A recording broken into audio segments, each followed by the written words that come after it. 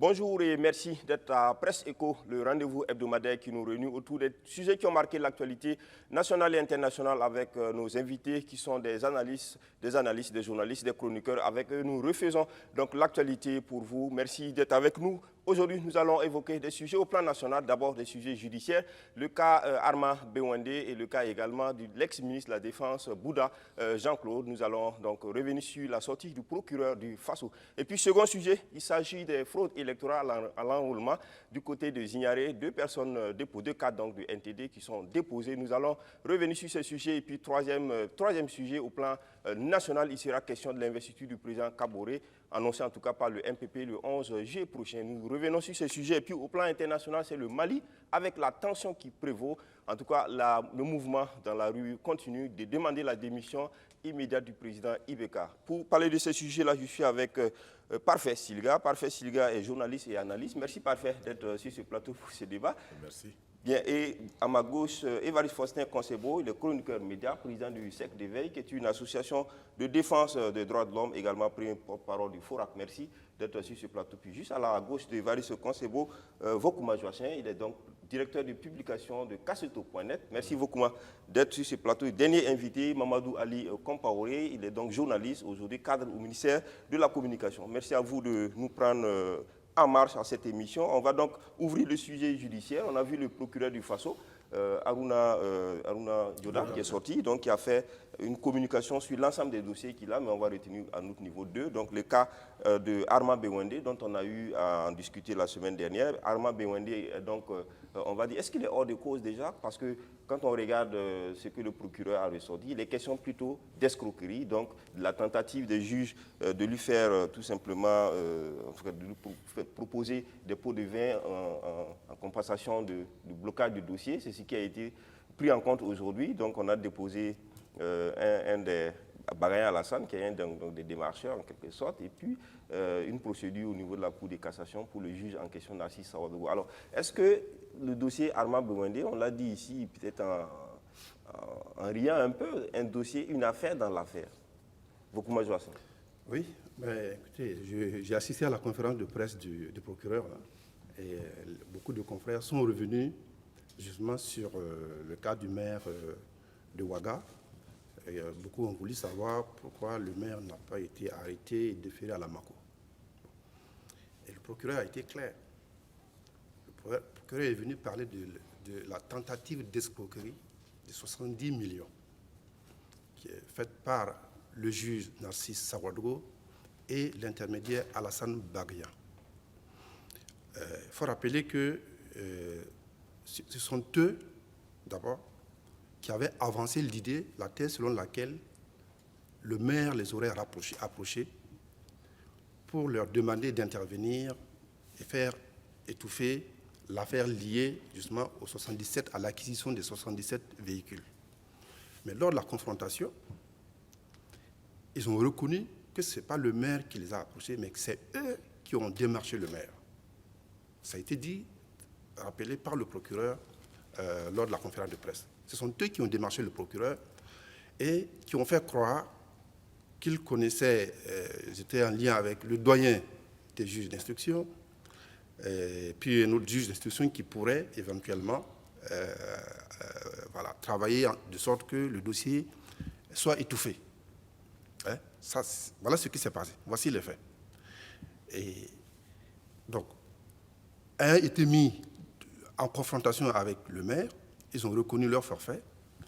Et les personnes, les juges d'instruction doyen, le doyen des juges d'instruction, qui a été impliqué à tort dedans, s'est senti diffamé et il a porté plainte. Donc, le juge Narcisse Sawadogo est incarcéré, justement, sur la plainte du doyen des juges, là, M. Zerbo et Kwanda. Quant à Alassane Bagaya, Alassane Bagaya, l'intermédiaire, lui aussi, il est incarcéré parce que c'est une tentative d'escroquerie, c'est une évidence. Pour une raison simple. C'est qu'on a posé la question au procureur. Pourquoi le maire Armand Bewande n'a pas été arrêté? Il a dit, sur l'affaire des 77 véhicules, l'instruction est en cours. les structures en cours, ça n'a pas quitté le parquet. Donc, à l'évidence, l'affaire n'est pas encore entre les mains d'un juge. Donc, eux, ils font une intervention, enfin, ils font une démarche pour, soi-disant, intervenir auprès d'un juge qui n'a même pas encore été saisi. Donc, c'est une escroquerie à l'évidence. Et c'est ce qui a été mis à nu lors de la confrontation. Donc, voilà, ça c'est la, comment dire, ça c'est l'infraction, première infraction. La deuxième infraction, c'est la diffamation qui concerne le juge Narcisse Sawadogo. Oui. Et ils ont tous, voilà, ils ont été arrêtés, ils ont reconnu les faits. Et il semble même que lors de la confrontation, le juge Narcisse a demandé pardon. Mais justement, le public ne comprend pas cette nuance que le dossier n'est pas encore, et au niveau du parquet concernant les 77 véhicules, parce que quand on dit Arma Bewande, c'est cette affaire que tout le monde connaît. Aujourd'hui, on vient parler d'une autre affaire. Dans l'affaire, ça devient un peu trouble, ça fait confusion dans les têtes. Bon, lorsque les journalistes ont posé la question au procureur, il a été clair. L'affaire des 77 véhicules est en cours. Et selon les informations que j'ai, c'est une affaire qui ne concerne pas seulement le maire, puisque la société Fidéliste a été entendue, la société Rénal Assurance a été entendue, il y aurait même certains services de la mairie qui ont travaillé sur le dossier, qui ont été entendus. Donc, le maire n'est pas seul dans cette affaire. Et la question était de savoir, est-ce qu'il y a une accusation précise contre un individu, en l'occurrence le maire? Non. Si, peut-être, c'est l'hypothèse que je mets, hein, peut-être s'il y a une accusation, ce serait peut-être une accusation contre X, et non pas contre une personne bien déterminée. Donc, enfin, pour moi, la procédure continue. Le procureur a dit que la procédure continue, et on verra si l'enquête va continuer, puis on verra ce que ça va donner. Évariste Konsebo, alors justement, cette affaire, est-ce qu'elle a été voulue par le maire? Parce que pour qu'il y ait diffamation, pour qu'il y ait tentative d'escroquerie et tout, il a fallu qu'il y ait des écoutes, qu'un journal ait publié et tout ça. Alors, est-ce que ça voudrait dire que tout ça, ça a été fait pour étouffer manifestement cette affaire? Quand le maire fait des enregistrements, d'abord, il y a la légalité de la question qui est là, mais est-ce que dans l'intention du maire, c'est une façon pour lui aussi d'étouffer cette affaire ou de se dédouaner quelque part? Franchement, quand on analyse un peu le subterfuge qui a été utilisé pour crucifier, excusez-moi le terme, hein, quasiment le pauvre magistrat, bon, bien sûr, et puis le montage, ben, on reste quand même un peu perplexe. Mais au regard de la loi, c'est vrai, hein, moi, tout ce qu'il a dit, je suis d'accord. Mais, sauf quand même que le fait d'utiliser des moyens pour enregistrer, écouter, sans le consentement, c'est quand même une infraction qui est punie par l'article 524 alinéa 9 du Code pénal et d'une peine d'emprisonnement de 2 à 1 an, des amendes. Et bon, parce que, là, et visiblement, apparemment, c'est le maire qui a été donc à l'origine de l'enregistrement, qu'on peut qualifier peut-être d'illégal. Moi, je ne sais pas. Mais lors de la conférence de presse, un confrère a posé la question, quelle est la valeur de ces enregistrements-là? Le procureur a été clair. Il a dit que c'est un élément, hein, on est en pénal, au pénal, c'est un élément avec lequel ils vont travailler. Donc, il n'a pas parlé d'illégalité ni d'acte. Mais la légalité, le procureur l'a dit. Il y a un article, je peux vous lire l'article, hein, est puni d'une peine d'emprisonnement de 2 à 1 an d'amende et d'emprisonnement. Quiconque, au moyen d'un procédé quelconque, aura volontairement porté atteinte à l'intimité de la vie privée d'autrui, en captant, en écoutant, en enregistrant ou en transmettant des paroles prononcées dans un lieu privé ou sans consentement de la personne, en fixant, en enregistrant ou sans le consentement l'image d'une personne. Bon, je ne sais pas. Peut-être que le procureur a interprété. On est rentré dans les interprétations. Là, peut-être. Moi, je n'invente pas, je ne fais que lire. Bon, maintenant, c'est vrai, quand on écoute aussi le contenu, quelque part, bon, comme on n'est pas encore dans le dossier, quelque part, le maire, on a l'impression qu'il reconnaît quand même avoir perçu par l'intermédiaire de sociétés un pourcentage. Bon, donc peut-être comme on n'est pas encore dans le dossier, on peut dire peut-être, mais en tout cas, il y a quand même des éléments. Parfait, Siliga. Oui, l'intention du maire en enregistrant ça, même si on laisse de côté la question de la légalité, est-ce que quand le maire enregistre ça, est-ce que c'est le résultat recherché qui est là, montrer que la justice est pourrie. Donc, elle n'est pas fondée pour poursuivre une affaire ou montrer que c'est la justice des juges corrompus qui ont sorti un dossier contre lui pour tout simplement lui escroquer des fonds, etc. Est-ce que c'est peut-être ça l'intention du maire? Bon, jusqu'à présent, c'est ce qu'on se dit tous. On se dit tous que c'est le maire qui a dû enregistrer. Non, Mais le c'est procureur a confirmé que c'est le maire qui a enregistré. D'accord. Alors, l'intention du maire, évidemment, c'est de pouvoir montrer que dans cette affaire, il y a des gens qui ont voulu profiter de cette affaire-là pour se faire de l'argent. Mais je dirais qu'au-delà des écoutes, il y a eu la confrontation. Parce que le juge aurait pu ne même pas tenir compte de ces enregistrements. Il aurait pu ne pas tenir compte des enregistrements en se basant effectivement sur le code pénal en disant cet enregistrement n'a pas été fait dans les règles de l'art. Mais au-delà de ça, il a dit, bon, j'ai écouté les enregistrements, mais je vais aller plus loin, je vais vous confronter. Et donc, dans la confrontation, ils ont reconnu. Donc, je pense que dans la procédure, ce qui est pris en compte, c'est la confrontation ou les aveux des parties. C'est ça qui, pour moi, c'est ça qui est le plus. Oui, d'accord, mais quand la même question revient toute. Quel est l'intérêt du maire? Une affaire qui est accessoire, disons. Il y a une affaire principale, 77 véhicules, question de 77 véhicules. Il y a une procédure. Et aujourd'hui, et le maire, par rapport à cette procédure, des gens viennent lui faire des avances, etc. Oui. Et il trouve intérêt tout de suite à balancer cela, à en faire un gros problème. Quel peut être l'intérêt? Qu'est-ce qui peut aider le maire ici dans cette affaire? On peut être d'accord avec Charles Pasqua qui dit quand vous avez une affaire, il faut créer une affaire dans l'affaire et encore une autre affaire dans l'affaire. On peut se dire que ça peut être l'intention du maire. Mais sauf qu'ici, les faits quand même qui l'aident à dénoncer sont graves. Parce que on a un magistrat qui est un coxer et il se le dit dans le milieu que ce n'est pas la première fois qu'il le fait. On a un autre présumé escroc qui est connu aussi dans les affaires d'armes. Ils vendent des armes, ils vendent des véhicules. Donc, vous voyez, tout ça, ce n'est pas anodin. Mais la vente des armes, des véhicules, c'est non, pas... Non, j'ai dit par ailleurs. C'est une affaire, ce sont des affaires légales, non, c'est pas interdit. On se comprend bien. Oui. J'ai dit par ailleurs, c'est son activité. Mais ici, il joue parfaitement le rôle de présumé escroc. Donc, pour moi, le maire, il se défend comme il peut. Donc, quand il a l'occasion de plonger des gens et que la procédure continue pour lui, bon, pourquoi pas? Quel avis et quelle moralité dans tout ça, en fait? Bon, une justice où on a vraiment... Je crois que sur cette affaire, il y a deux affaires. Le truc d'escroquer existe bel et bien.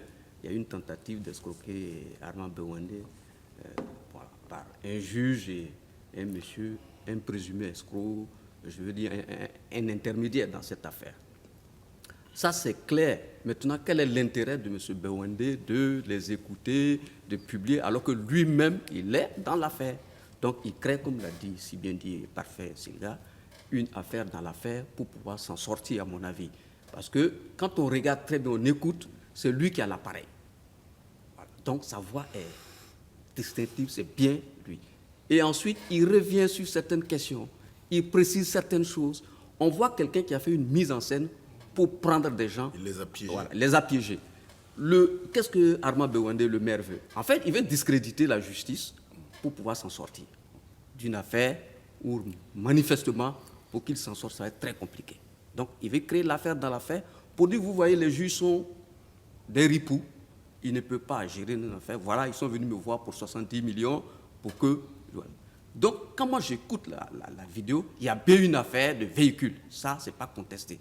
Mais il y a des juges ripoux et des gens qui veulent escroquer le maire pour tenter, selon eux, de faire sortir de l'affaire. Donc, mais ça, les deux affaires sont encore là. Et il va rester au maire de démontrer qu'il n'est pas coupable. Parce que ce qu'il a balancé dans la presse, ça, c'est un dossier. Mais lui-même, le concernant sur les questions des véhicules, ça, c'est aussi... Vous avez parlé de la question de moralité. Évidemment, ça pose un petit... Ça veut dire que c'est un monsieur qui se promène avec beaucoup de technologie sur lui, avec beaucoup d'appareils, il se balade, et il enrichit les gens. Ça veut dire que désormais, il faut faire très attention à ce gars. Quand vous êtes avec lui, le président en premier, parce que c'est un gars... mais si voilà. vous- mais Je allez-y, vous n'avez rien à vous je termine. reprocher, y a pas de C'est problème. pas une question de vous n'avez rien à vous reprocher, c'est une question de moralité, on parle. Voilà, vous ne pouvez pas vous promener à des appareils, quelqu'un vous dit, bon, je viens vous voir pour ça, vous êtes d'accord, et vous mettez des trucs Non, pour... juste- non, je Maintenant, voulais- la question... Non, je viens. Voilà, Je viens. Quand je parle de questions de moralité. S'ils les enregistrent, pourquoi est-ce qu'ils diffusent? Parce que les gens, en réalité, même si c'est des escrocs qui viennent à son secours dans une affaire où il nie pas que l'affaire n'existe pas. Parce que puisqu'il justement, a été c'est là entendu. où on se pose Voilà. la question. Le maire aurait pu, dès le départ, Dès le leur départ, dire, dit, écoutez, je ne suis pas dans ça. Voilà, l'affaire est en justice. Comment le maire L'affaire accepte est en- de rentrer oui. dans le jeu? Oui. L'affaire- Quel est l'intérêt Je au viens. finish sur son dossier? Je viens. Le dossier en fait, procédure. ils tentent de discréditer la justice pour s'en sortir. Donc, comme il est dans la merde, il va embarquer tout le monde dedans, et notamment la justice. Donc, pour son affaire, il a affaire à un juge ripou et qui va le prendre. Oui, et mais, va- oui, Donc, d'accord, la moralité, c'est Ali, qu'on a un maire lui-même. En même temps aussi, est-ce que le maire ne joue pas un jeu pour l'indépendance de la justice, un jeu parce qu'on a vu que l'intérêt aujourd'hui, ou tout ce qui remonte aujourd'hui, c'est que les gens se plaignent de la corruption de la justice. Est-ce que là aussi le maire, bien qu'il soit dans un autre dossier, n'a pas trouvé là c'est le moyen de... Parfait, a si bien dit. Il a créé une affaire dans l'affaire et tout le monde dit, voilà, les juges sont comme ça, ils sont ceci, c'est ce qu'il voulait. Pour pouvoir utiliser ça dans sa défense plus tard, pour s'en sortir. Ça veut dire que demain, les juges sont très mal à l'aise maintenant par rapport à ce dossier. Parfait. Si on arrivait à le prendre, il va dire, vous voyez, j'étais clair, bon, c'est parce que... Parfait, que je- Sylvia. Mais il y a une autre motivation aussi qui est... Est-ce que monsieur le maire ne voudrait pas tout simplement montrer à la face du monde qu'on a une justice qui n'est pas une justice du point de vue corruption Mais ça, tout le monde le sait. Ça, aujourd'hui, Donc, il a dit- aujourd'hui, beaucoup de questions, les gens, de nombreux Burkinabés se posent la question, est-ce que nous avons eu raison d'accorder l'indépendance de la justice à ces... voilà, aujourd'hui, mais voilà. Et puis, il y a quand même quelque chose qu'il faut dire. Le maire est quand même officier de police judiciaire. Est-ce qu'on aurait imaginé que le maire se taise sur cette affaire? Parce que, manifestement, il a été contacté la première fois, et la première fois, il n'a pas enregistré. C'est certainement le piège qui s'en est suivi plus tard, parce qu'il les a écoutés, il a dû flairer l'escroquerie, et puis il a dit, bon, en tant qu'officier de police judiciaire, il s'est dit, bon, pourquoi ne pas permettre à ce qu'effectivement on puisse enlever, on puisse détecter le livret et qu'on puisse l'extirper. Donc, il joue le rôle de salubrité Mais pourquoi pas? très rapidement. Le jeu est très vicieux et je pense qu'il ne faudrait pas que les Burkinabés tombent dans le piège qui est de discréditer la justice. Dans tous les corps, vous avez des brebis galeuses. Donc, il ne suffit pas de prendre un cas et puis agrandir, faire un zoom pour dire voilà. Oui, mais Évariste, en attendant, il y a un juge quand même qui allait proposer des services de Mais, corruption. oui, Est-ce mais que ça- je vous dis ce que dans n'est tous pas- les ce n'est corps, pas- ce n'est dans pas tous la les corps, première affaire on en trouve. d'escroquerie. Dans tous les corps, on en trouve. Et Voilà. je voulais C'est dire, une raison de la... ce n'est pas la Donc, première. Mais la Lookman, première, c'est que c'est puni. Ce n'est Que pas ça a la- été puni.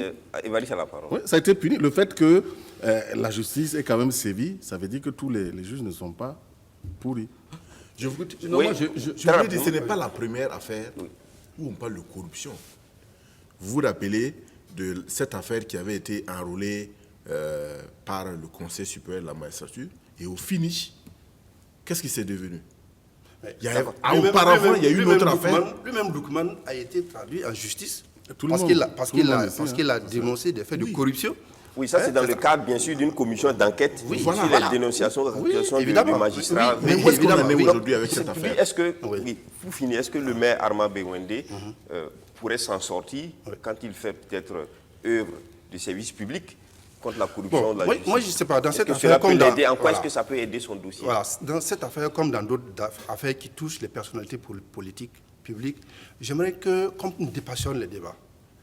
Les gens veulent que la justice agisse comme bon leur semble. C'est-à-dire que quand le juge fait incarcérer Jean-Claude Bouda, tout le monde est content. Quand le même juge, la même justice, dit que dans une affaire, l'enquête est en cours et qu'il n'y a pas pour l'instant matière à incarcérer le maire, bon, les mêmes personnes ne sont pas contentes. La justice de la République, ce n'est pas la justice populaire. ce n'est pas la justice médiatique. Nous sommes des journalistes. A priori, nous, tels que nous rapportons les faits, on condamne déjà les gens avant qu'ils soient même jugés. Mais oui, évidemment. Dans l'opinion, les gens ne comprennent pas pourquoi le maire n'est pas en prison. Mais la justice explique. Dans cette affaire, je dis une chose.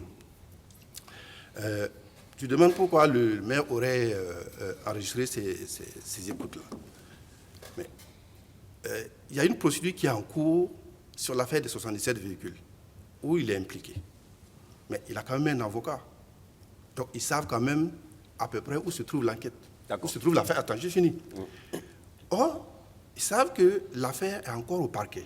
Et voici des gens qui se pointent et qui disent « Ah, le dossier est entre les mains des juges. » Et il est prêt à signer un arrêt de dépôt contre toi. Donc, il faut faire quelque chose. Je termine. Très rapidement.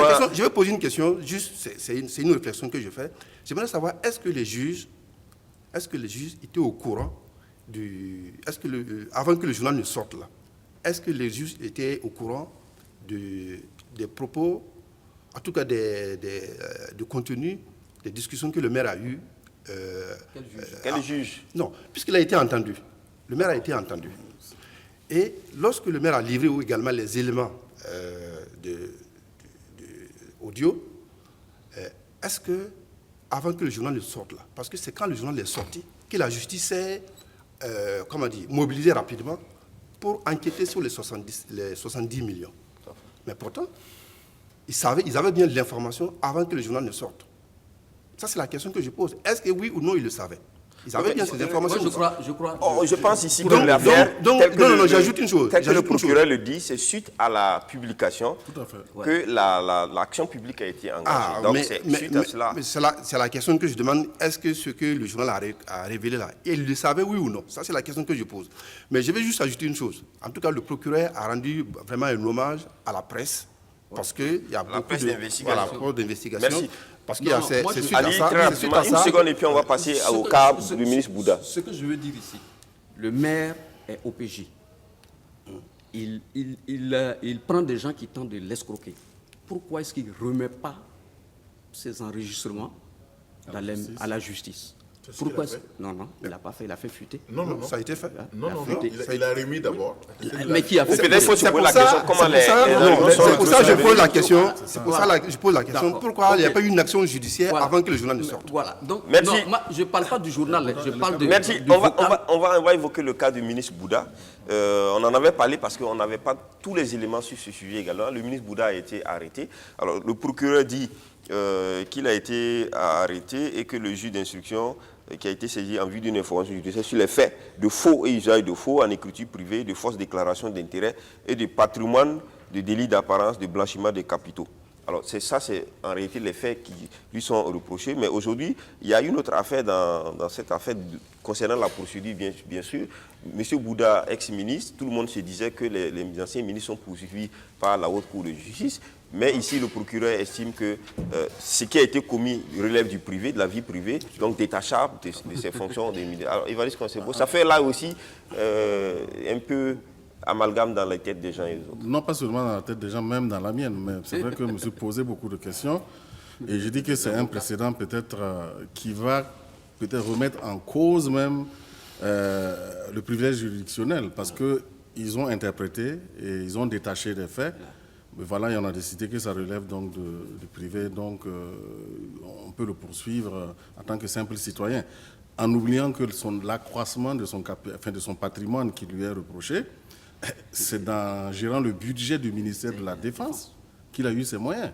Du coup, donc, je me demande quelle est la frontière, quelle est la limite. En fait. Alors, je vais lire juste une réaction qui s'en est suivie d'un avocat, Maître Birba Christophe, qui a fait juste un post où il posait la question de savoir si nous sommes en train de célébrer le requiem de la Haute Cour de justice. Et selon lui, est-ce qu'il existe réellement, donc Évariste le disait, un privilège de juridiction pour des ministres quand on sait qu'aucune infraction ne peut être rattachée à la fonction ministérielle, d'une part, et que les infractions sont toujours contraires à l'intérêt général d'autre part. En tout cas, il se réjouit pour dire que désormais, il va être possible de citer devant nos TGI des ministres en fonction pour être jugés de leur comportement détachable de leur noble fonction ministérielle.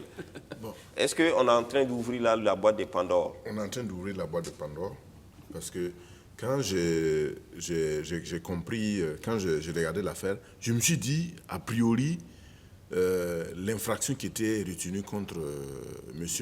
Bouddha, c'est faux et en écriture publique. Parce qu'en réalité, il n'arrive pas à justifier, par exemple, la vente des 15 hectares.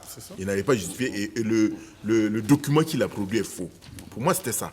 Maintenant que le procureur vient de dire il n'y a pas de privilège parce que les faits qui lui sont reprochés sont détachables de sa fonction de ministre, j'allais dire qu'il est en train de créer une jurisprudence.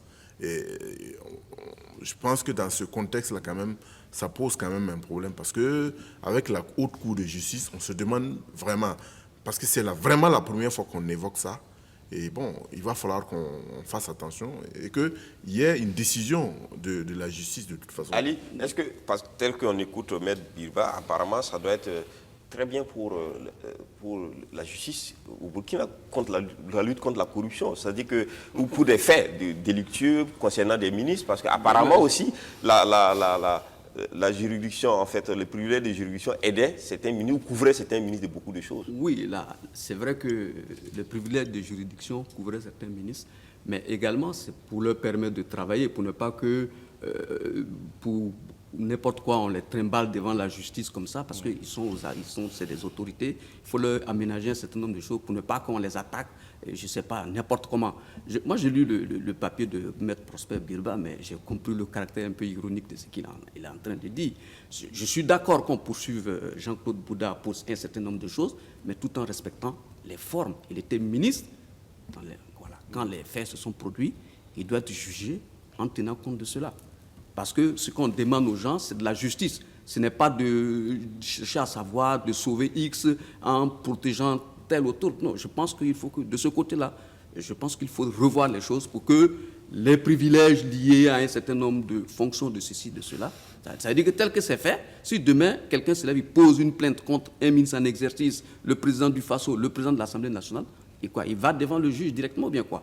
Je pense quand même qu'il faut... C'est ce que l'affaire Jean-Claude Bouddha est en train de nous faire penser, et c'est pas très souhaitable. Non, mais je n'ai pas lu l'écrit de Maître Prosper, mais ça va dans mon esprit, ça va dans mon acception. Effectivement, aussi, lors de la conférence de presse, les gens ont posé la question. Ouais. Pourquoi l'ancien ministre de la Défense n'est pas jugé, la procédure n'a pas été engagée selon la procédure de la Haute Cour de justice. Et ce qu'ils ont dit, le procureur a dit, c'est sur la base, parce qu'il y avait 52 millions sur le budget total du patrimoine immobilier qui est de 252 millions, il a apporté des justifications, mais sur les 52 millions qu'aurait rapporté la vente de 15 hectares de verger, et il a produit un document qui ne serait pas... Qui est faux. Oui, d'accord. Ça, ce sont les faits. Ça, ce sont les faits qui lui sont reprochés. Voilà, la question ici, c'est le privilège de juridiction. C'est-à-dire qu'en tant que ministre, est-ce que son statut vaut pour tous les actes qu'il pose? Auquel cas, s'il y a des actes compromettants, c'est une juridiction précise. Voilà. Je pense que c'est le débat qui est posé sur la place publique. Eux, ils considèrent que c'est un acte qu'il a posé dans un cadre privé. Vous savez, à un moment, on a parlé d'une histoire de commande d'armement au niveau du ministère. Peut-être si c'était une affaire de ce genre-là, on aurait passé certainement par la Haute Cour de justice. C'est une interprétation. Et je pense que c'est bien que le débat soit sur la place publique, qu'on sache exactement est-ce que ce qui est arrivé à M. Jean-Claude Bouddha, c'est devenu un cas de jurisprudence. Est-ce que demain, si j'attaque un ministre parce que il a eu un comportement en dehors de son ministère vis-à-vis de moi. Le dimanche matin, j'ai un problème avec le ministre. Est-ce qu'on le traduit devant le tribunal de grande instance ou bien il faut encore passer? Ça, c'est un débat effectivement qu'il faut poser. Je vais poser une question à vous tous en une seconde. Ouais. J'ai l'impression qu'ici, on est pro privilège de juridiction. Est-ce que ce n'est pas aussi peut-être une avancée pour traquer au maximum les travers qu'il y a dans les... Mais traquer au maximum les travers ne doit pas quand même nous amener à entraver aussi l'action du gouvernement. Parce que ce texte-là, il a quand même été pris pour permettre une certaine sérénité. Mais est-ce que ça n'amènerait pas les Non, on n'est pas- membres on du n'est pas- gouvernement à être un peu plus sérieux, Mais pour être très précis, protéger les affaires qui pour sont être très pas... précis, moi je ne suis pas pro-privilège pour qui que ce soit. Moi je suis pro-respect des textes qui sont là. Monsieur Jean-Claude Bouda est ministre, il a commis les actes. Au moment où il était ministre, il faut le juger selon les règles. C'est tout. D'accord. Si demain maintenant on nous dit que cette affaire n'existe plus, il n'y a plus de privilège de Effectivement, le juridiction. procureur a détaché- Voilà, si on a dit détaché il n'y a ça, pas ça, voilà, mais il ne faut pas donner aussi la possibilité. Il faut que les choses. Parce que quand on interprète comme cela, de cette façon, si le procureur a la possibilité d'interpréter selon lui son ressentiment les textes, ça va être un gros C'est pas problème. le procureur, c'est le juge. Le en juge, réalité, pardon. voilà. Ça va être un gros problème. Ça va être un Le gros procureur problème. n'a communiqué que ce que le juge Voilà. a- Donc si le juge peut interpréter comme ça, et puis, bon, ça va être un gros problème. Donc il faut que des textes soient clairs pour ne pas que, bon, c'est ça que je dis. Dorénavant, si j'ai un problème dimanche matin avec un ministre, le lundi, je pose plainte contre lui. Il ne faut pas qu'on me dise que j'ai posé plainte contre un ministre. Merci Ali, on termine sur ce sujet Tu as posé une judiciaire. plainte contre Ali Kompo. Je rappelle simplement aux téléspectateurs qu'aujourd'hui, on ne pourra pas faire notre débat interactif, donc il n'y aura pas d'appel par le téléphone. Ce sera la semaine prochaine. On continue sur la question des fraudes. On approche des élections, c'est bientôt novembre, 22 novembre, ce sont les élections législatives et présidentielles prévues. Et là, déjà, on voit des mouvements, des tentatives. Des gens organisent des scénarios de fraude au niveau déjà de l'enrôlement, etc. Le dernier cas, c'est Zignaré, où, voilà, jusqu'à ce qu'il y ait des cadres du parti NTD, NTD dont le président, c'est le ministre Vincent Dabilgou, qui ont été donc arrêtés, qui sont entre les liens entre les mains de la justice. Alors, Évariste Consembo, est-ce que novembre 2022 est aussi 2020 pardon, est aussi critique pour nous quand déjà ça commence comme ça pour l'environnement? Il faut dire que c'est des pratiques qui, toutes les échéances électorales passées ont toujours été des enjeux de taille, et c'est des pratiques qui font résurgence dans un nouveau contexte. Bon, je pense que maintenant, peut-être le fait marquant, c'est les médias, les réseaux sociaux et qui sont à la traque de tout. Et quand ils vous balancent ça et que c'est tellement flagrant, bon, quel que soit là où vous êtes, le procureur ou bien, je sais pas, les institutions, c'est ça en fait le problème, c'est les médias sociaux en fait. C'est eux qui ont révélé. Alors, mais la CENI aussi en a parlé, parce que la CENI a fait une communiqué où elle a été clairement dit qu'il y a des faits qui sont poursuivables devant la loi, etc. Non, la CENI a joué son rôle. Une fois qu'on a révélé donc l'infraction, la CENI ne pouvait que, en tant que gardien des élections et tout, la CENI a pris une position pour préciser, recadrer, d'abord condamner. Et je pense que la plainte même, puisque c'est la CENI qui a saisi donc les autorités compétentes pour la poursuite, pour diligenter les enquêtes. Donc, de ce point de vue, elle ne pouvait pas faire autre chose que de faire respecter la loi. En fait. Beaucoup. Est-ce que là, on n'a pas vu le cas de ceux qui sont allés s'enrôler, qui ont quitté Ouagadougou pour aller s'enrôler à Zignaré? La loi, normalement, prend tout le monde en compte. Je ne comprends pas. Ceux qui ont été donc l'objet donc de cette escroquerie électorale, on va dire comme ça, parce qu'il y a des cas, c'est un cas qui a transporté des gens. On a pris ceux qui ont organisé ce convoi, mais ceux qui sont allés donc s'inscrire, apparemment, ils sont rentrés chez eux, en fait, il n'y a pas eu un cas, il y en a eu 3. Ok, d'accord. Il y a eu un premier car qui est arrivé, les femmes sont descendues, elles se sont inscrites, elles sont remontées dans le car et sont parties. Un deuxième car est arrivé, elles sont encore descendues, s'inscrivent, et puis un troisième car est arrivé. C'est là que les gens se sont dit, ça c'est quand même une histoire bizarre. Et je crois que c'est des militants du CDP qui tournaient autour aussi du lieu d'enrôlement, ont alerté leurs responsables et ils ont appelé la gendarmerie, et qui est venue. Et quand la gendarmerie est arrivée, il restait que 5 ou 6 femmes qui étaient encore en train de s'enrôler. Les autres étaient déjà dans le troisième car, et le chauffeur a démarré avec elles, elles sont parties. Et ils ont bloqué les autres femmes qui restaient. Et la gendarmerie est venue les prendre. Voilà. C'est comme ça que les choses se sont passées. D'après, c'est les témoignages que j'ai eus sur place. Mais bon, l'enquête a été ouverte. Il y a 5 personnes qui sont actuellement en prison à Zignaré. J'ai vu le communiqué du NTD où le président Dabilgou explique que l'inscription, l'enrôlement n'est pas forcément lié à la résidence, C'est faux. lieu de résidence. Mais il y a un communiqué de la CENI qui est venu dire quand même que, même si c'est vrai, il faut quand même avoir des intérêts sociaux, moraux ou économiques du lieu où on s'enrôle.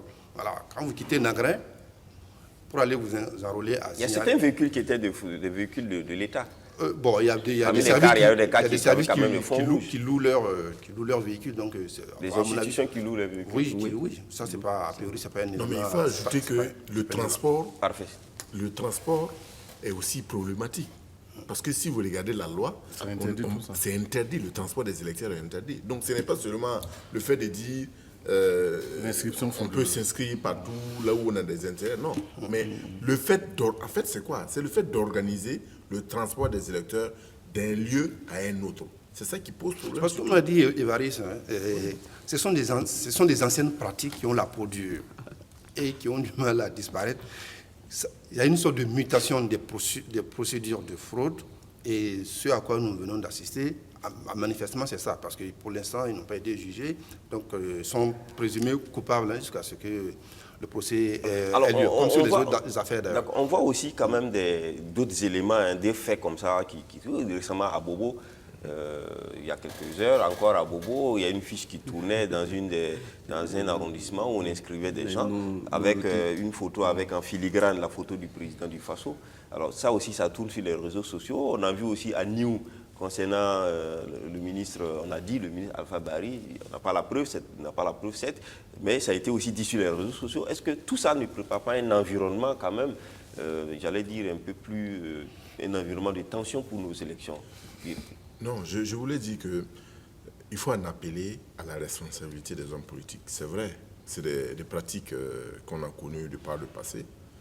Mais si on doit appeler effectivement les électeurs à respecter la loi, ça doit commencer d'abord par les hommes politiques, par les dirigeants. Donc, si vous connaissez la loi, mais il faut tout simplement la respecter. Sinon, demain, si vous êtes élu, si vous êtes à la tête d'une institution, vous ne pouvez même pas être respectable. Donc, ça commence par ça. Maintenant, il peut y avoir effectivement... Il ne faut pas aussi qu'on tombe aussi dans une certaine paranoïa où, sur la base d'un simple Post sur écrit, Facebook. des posts sur Facebook, on accuse les autorités. Voilà pourquoi il est important que la CENI, que les forces de l'ordre puissent effectivement qu'ils puissent faire des enquêtes et dire ce qu'il en est. Exactement. Sur chaque cas, sur les allégations qui sont. Sur les allégations qui sont faites. Et sur la base de ça, maintenant, effectivement, si on doit poursuivre des gens, qu'on le fasse. Parce qu'il y va aussi de l'assainissement de la vie publique. Ali, c'est quand même le NTD, c'est un allié du MPP au pouvoir. Bon, ça, le NTD est un allié du parti au pouvoir, ça on sait. D'ailleurs, le ministre Dabilgou, qui est le patron de ce parti, est sorti pour tenter de sauver les meubles un peu dans cette situation. Bon, mais qu'est-ce qu'on dit? Parce que, bon, en fait, Zignaré vient mettre un peu en lumière parce qu'il y a des gens vigilants là-bas qui sont intervenus rapidement pour qu'on voit ça. Sinon, ça n'a pas commencé par Zignaré. Ça a commencé par New, où on a distribué de l'argent, on a fait... New, c'était après Zignaré. Pardon? Non, il y a eu des enrôlements là-bas. D'accord. Des distributions, la question des distributions aussi des cartes d'électeurs. Des cartes d'électeurs, des enrôlements et tout, avec un et ministre. des cartes des CNIP, pardon. Des CNIB, avec un ministre qui est bien connu. Voilà. Bon, donc, c'est comme on a dit tout à l'heure, c'est des vieilles pratiques, mais on ne va pas continuer à rester dans ces vieilles pratiques. Il faut mettre fin à cela. Parce que l'état où nous sommes, on nous a toujours dit que rien ne sera plus comme avant. C'est un régime corrompu qui était là, qui était ceci, cela. Mais on se rend compte que ce qui se passe aujourd'hui, c'est encore pire que ce qui se passait hier. Parce que quand on regarde même, on a dit tout à l'heure qu'il ne faut pas être paranoïaque. Sur les réseaux sociaux, on ne va pas attraper les gens parce qu'on a vu une photo sur les réseaux sociaux. Mais quand on regarde aussi ce qui s'est passé dans les banlieues, enfin dans les quartiers non lotis de Bobo Dioulasso, avec une fiche, une photo du président en filigrane là-bas, et puis on est là, on regarde. Je pense qu'il faut mener les enquêtes sérieusement pour trouver ceux qui le font. Sinon, on risque de se retrouver avec un certain nombre de choses, que même avant les élections, qu'il y ait de la contestation. Je ne dis pas que parce qu'il y a une photo en filigrane du président que c'est le président qui l'a organisé. C'est parce que je dis, les gens, tout le monde. Donc il faut mener une enquête clairement pour qu'on sache qui a fait ça et au bénéfice de qui. Maintenant, je reviens sur la question du NTD. Je vois le ministre Dabilgou qui tente de se laver les mains. Mais en réalité, M. Cabré a travaillé aussi pour le NTD. Lui aussi, quand même, devrait savoir que son élément était... C'est vrai que là, nous sommes focalisés sur le cas des inscriptions frauduleuses, et les transports et les transferts. Mais il y a aussi un cas qui est quand même très, très grave, qu'on a l'impression que tout le monde accepte. C'est le fait que des partis politiques puissent organiser, promouvoir l'accession de certains citoyens à la CNIB. Ça, c'est la base même. Et ça, je ne sais pas. J'ai regardé le code électoral, mais silence là-dessus. Alors que ça, c'est aussi une forme de corruption électorale. Bon, merci à vous. On va terminer sur le sujet. On n'est vraiment plus par le temps. On va parler de l'investiture. C'est purement politique, l'investiture de Roch-Marc Christian Kaboré comme candidat du MPP. Du moins, c'est ce qu'un communiqué du MPP le dit pour le 11 juillet prochain. Alors, hier, ou il n'y a pas longtemps, pour dire hier, il n'y a pas longtemps, on voyait un sondage Présimètre qui donnait 4,53 points au président. Et le lendemain, le parti au pouvoir qui publie un communiqué pour investir le candidat, même s'il doit être le candidat redoublant en quelque sorte. Oui, ils prennent des risques. Voilà, je veux dire, ils estiment que c'est leur droit, ils estiment que c'est le candidat qui peut le faire gagner, puisque de toute façon, il avait déjà annoncé qu'il était candidat. Donc, c'est la forme. Il n'y avait pas de débat. Ça, c'est une formalité, puisque dans le même temps, ils ont ouvert la période des candidatures pour les législatives, depuis le 10 juin, je crois, qui finit le 14 juillet. Donc, c'est un calendrier qui a été calé en fonction, qui doit s'achever par le bouquet avec l'investiture de leurs candidats. Mais est-ce qu'il est prévu qu'après l'investiture, qui est l'investiture du parti politique, le MPP, que le président Kaboré lui-même ait encore cette possibilité de dire non ou oui? Parce qu'après l'investiture, ou est-ce que ça supposerait que l'investiture entérine la volonté du président? Bon, ça je ne sais pas, mais s'il a annoncé sa candidature depuis depuis 2 ans, je crois. Et il s'est passé beaucoup de choses aussi. Voilà, et qu'il accepte qu'on l'investit. Je ne pense pas qu'il va quand même prendre le risque d'abandonner ses camarades à vrai que ce n'est jamais arrivé, mais après cette investiture déjà, mais qui peut-être met fin, ou en tout cas donne la position réelle du MPP par rapport à l'organisation de ces élections, quand on entend d'autres échos contraires, mais en même temps aussi, est-ce que après investiture, le président peut se désinvestir, comme on dit, entre griffes? Bon, écoutez, on n'a jamais vu ça, non.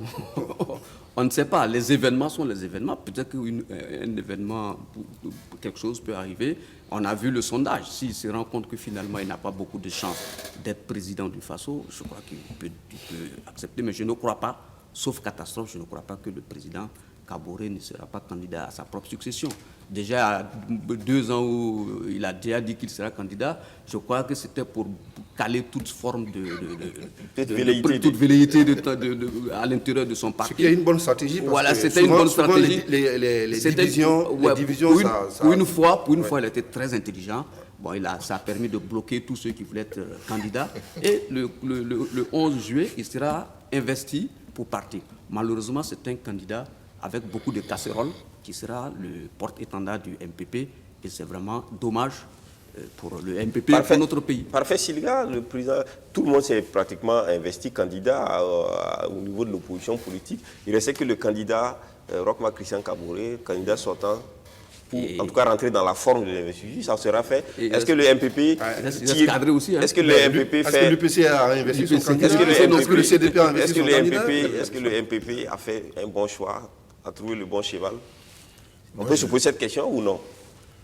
Moi, je dirais plutôt qu'avec cette investiture, il est temps que le président Kaboré convoque un forum national avec tous les partis politiques pour s'entendre sur un modus vivendi avec les autres partis.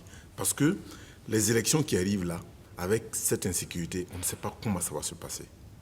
Pour éviter qu'il y ait une crise post-électorale ou des contestations, moi je pense qu'il est bon qu'on puisse s'asseoir aujourd'hui et dire comment nous voyons les législatives, comment nous voyons...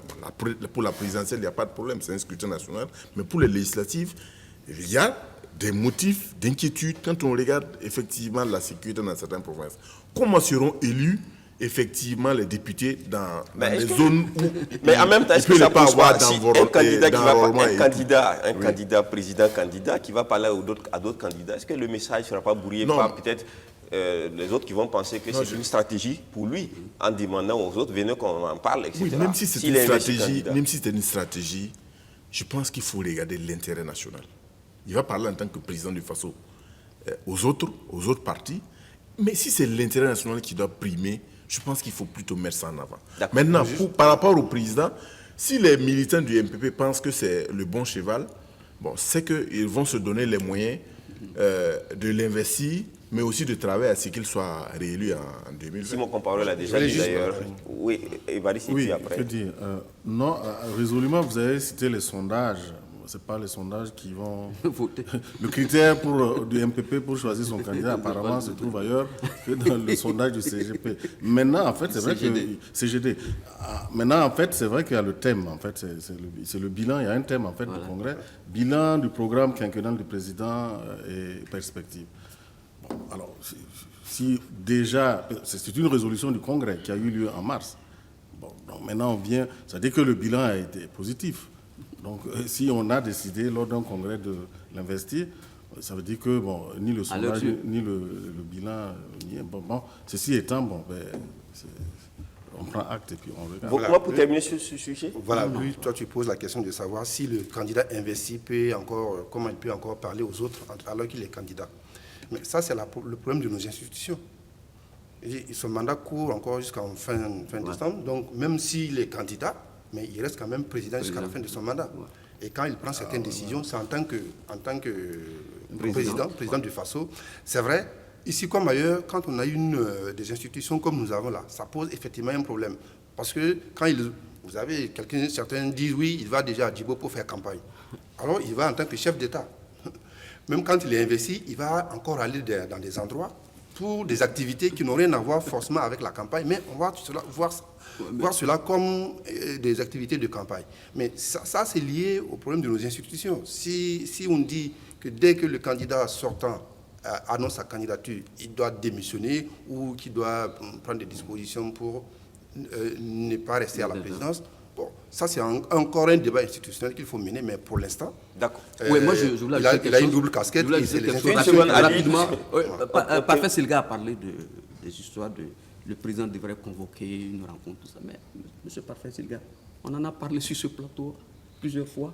Dès le début du mandat du président Roch-Marc Christian Kabore, on lui a dit, écoutez, Monsieur le Président, votre mandat, convoquez rapidement les Burkinabés parce que le tissu social a pris un coup à l'occasion des événements de 30 et 31 octobre. Donc, il n'a pas pris ça en compte. Le pays, aujourd'hui, contrôlé, une moitié du pays est contrôlé.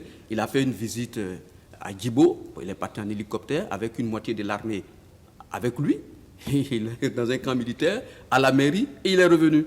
Et il a dit là-bas qu'il allait remettre en place les... Mais c'est une preuve quand même. C'est bien. C'est une preuve qu'à Djibo, on peut y aller. Non, c'est une preuve qu'à Djibo, on peut y aller quand on a un hélicoptère. On ne peut pas aller par la route. Voilà. Merci, on va continuer. On aura l'occasion de parler de cette investiture qui est un événement donc, qui vient. On va terminer avec le Mali. Le Mali, la situation politique est tout simplement une situation de tension, une situation incertaine. Il y a une délégation de la CEDEAO qui est allée, conduite par le président du Conseil des ministres donc des Affaires étrangères. La délégation est allée, a fait des propositions.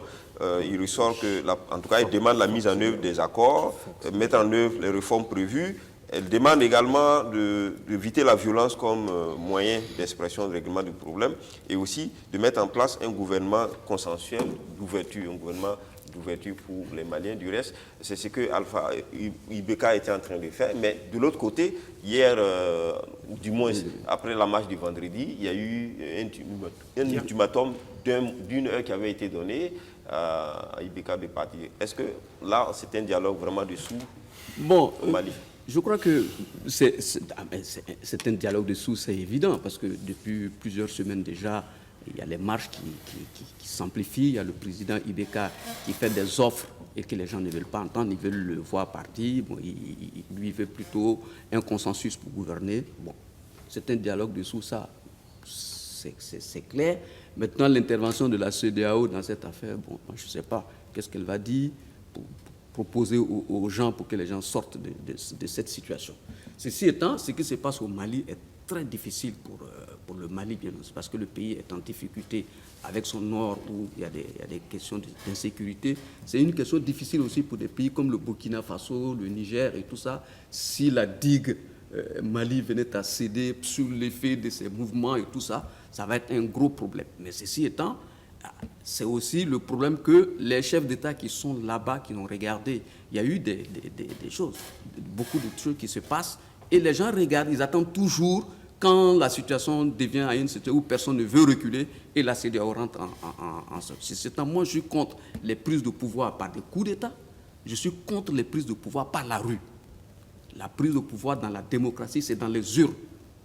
Il faut le dire à tout le monde, il ne faut pas... Parce que si demain... Les Maliens semblent dire qu'il faut rééditer l'espoir burkinabé. Mais justement, c'est pour ça que j'ai dit, c'est parce qu'il y a eu un truc au Burkina Faso ici, qui a été adoubé par la communauté internationale, que tout le monde veut faire à la burkinabé. Mais ce qui ne savent pas, ce qui s'est passé ici, c'est un coup d'État. Et si le Burkina se trouve dans cette situation difficile, c'est justement les conséquences de cette action illégale qui a été faite en 2014. Parfait, Sylvia. Est-ce qu'on peut... Qu'est-ce qu'il faut encore s'attendre du Mali ou de Ibeka lui-même, chef d'État, suffisamment mis dans des problèmes? J'ai peur pour le Mali, j'ai peur pour le Burkina Faso, pour deux raisons.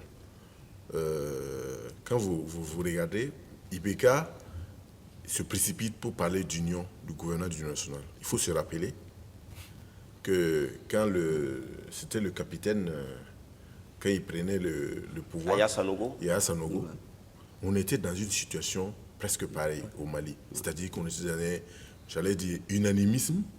Un blocage institutionnel. Non, pas blocage. C'est-à-dire tout le monde s'entendait, il n'y avait pratiquement pas d'opposition. Ça, c'était sous ATT, ça. C'est ce que je veux dire. C'était la situation qui se présentait.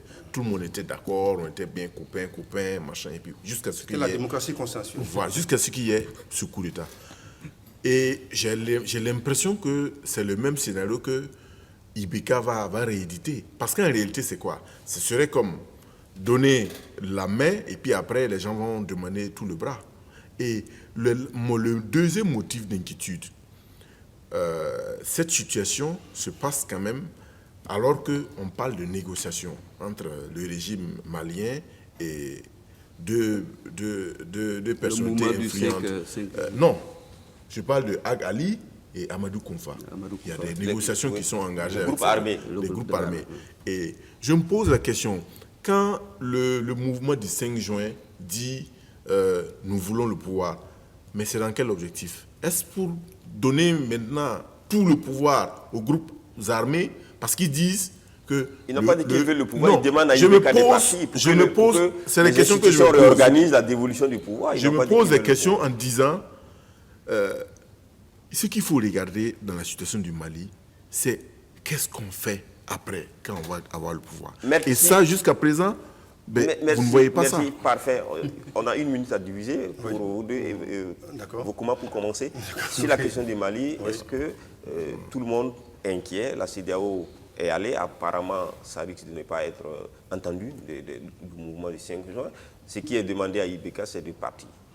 Oui, c'est vrai, la CEDEAO est partie, mais on a vu leurs propositions, mais apparemment, ceux qui sont dans la rue ne l'entendent pas. Mais au moins pour une fois, même si c'est un peu tard, parce que ça fait quand même des années que la situation se dégrade, et la CEDEAO n'a rien fait non plus. C'est-à-dire c'est comme les médecins après la mort. C'est exactement ce qui s'est passé au Burkina ici, c'est après l'insurrection qu'ils sont venus pour dire ceci, cela, alors qu'on les avait alertés des mois, voire des années à l'avance. Moi, ce qui m'inquiète dans cette affaire, c'est quand je regarde les têtes d'affiche de ces mouvements-là, de cette manifestation-là. Qu'il y ait des républicains, des révolutionnaires comme Mariko, tout ça qui soit devant, ça ne me gêne pas. En revanche... Choguel Maïga.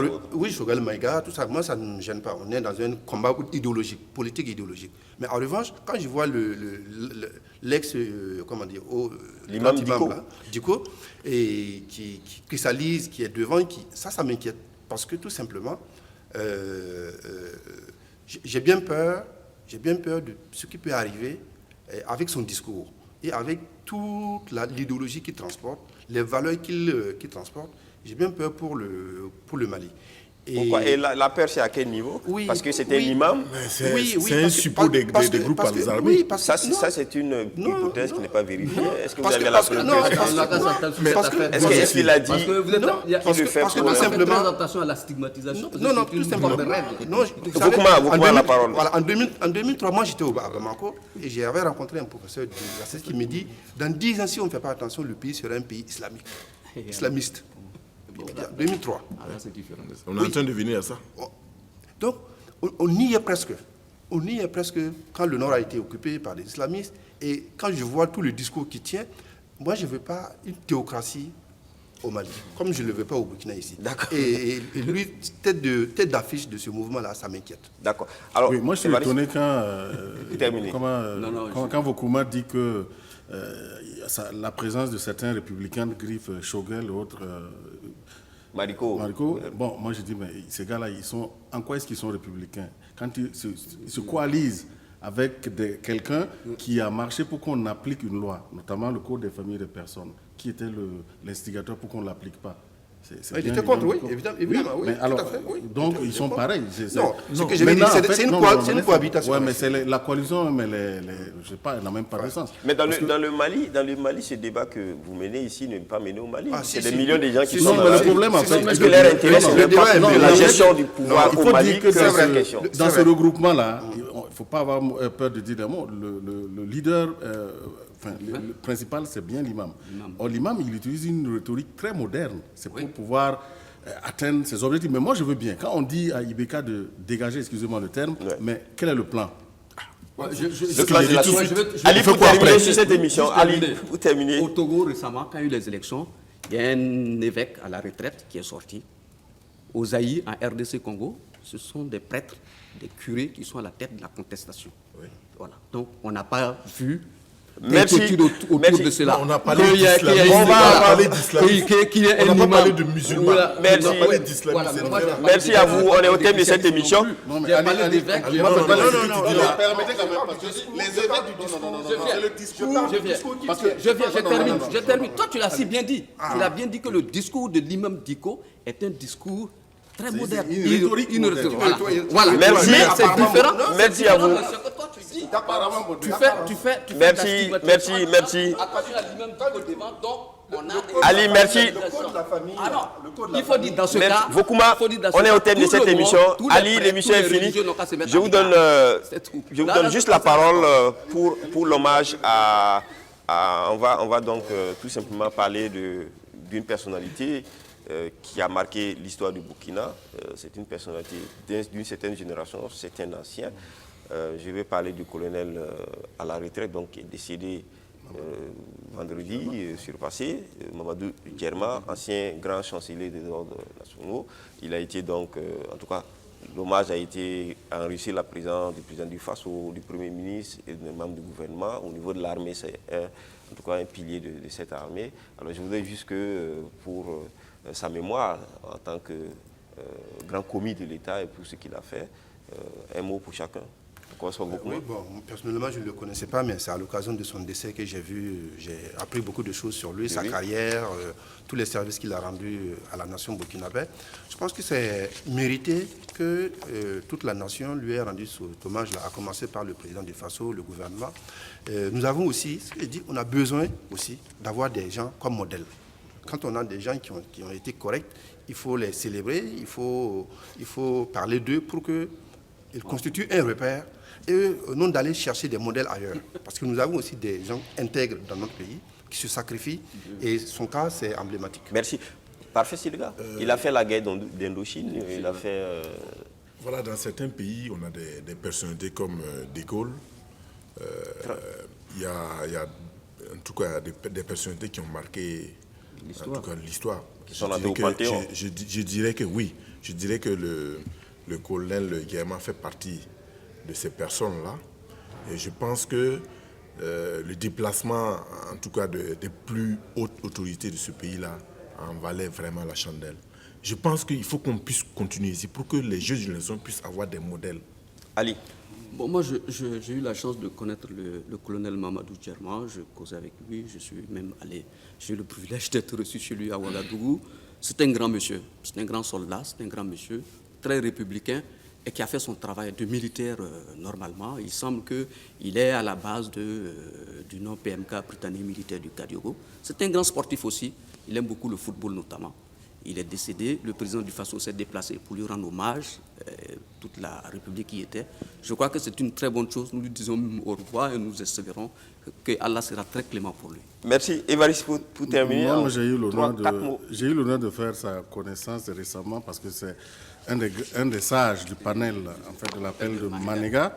Et moi, ce qui m'a impressionné, c'était malgré le poids de l'âge, il venait chaque fois aux rencontres et il était toujours disponible, avec une grande écoute et il faisait beaucoup de propositions qui arrivaient à débloquer nos débats. Merci beaucoup à vous qui avez suivi cette émission et merci à mes invités. Je rappelle que j'étais avec Vokuma Joachim, il est directeur de publication de Kasseto.net. Merci d'être passé. Mamadou Ali Compaoré, il est journaliste, cadre détaché donc au ministère de la Communication. Merci d'être passé. Puis Parfait Silga, il est journaliste et analyste. Et puis enfin, dernier invité, Évariste Forcin-Konsebo, chroniqueur média, président du SEC d'éveil, qui est une association de défense des droits de l'homme. Merci à vous qui nous avez suivis. On se donne rendez-vous la semaine prochaine pour notre numéro de Presse Éco, si Dieu le veut.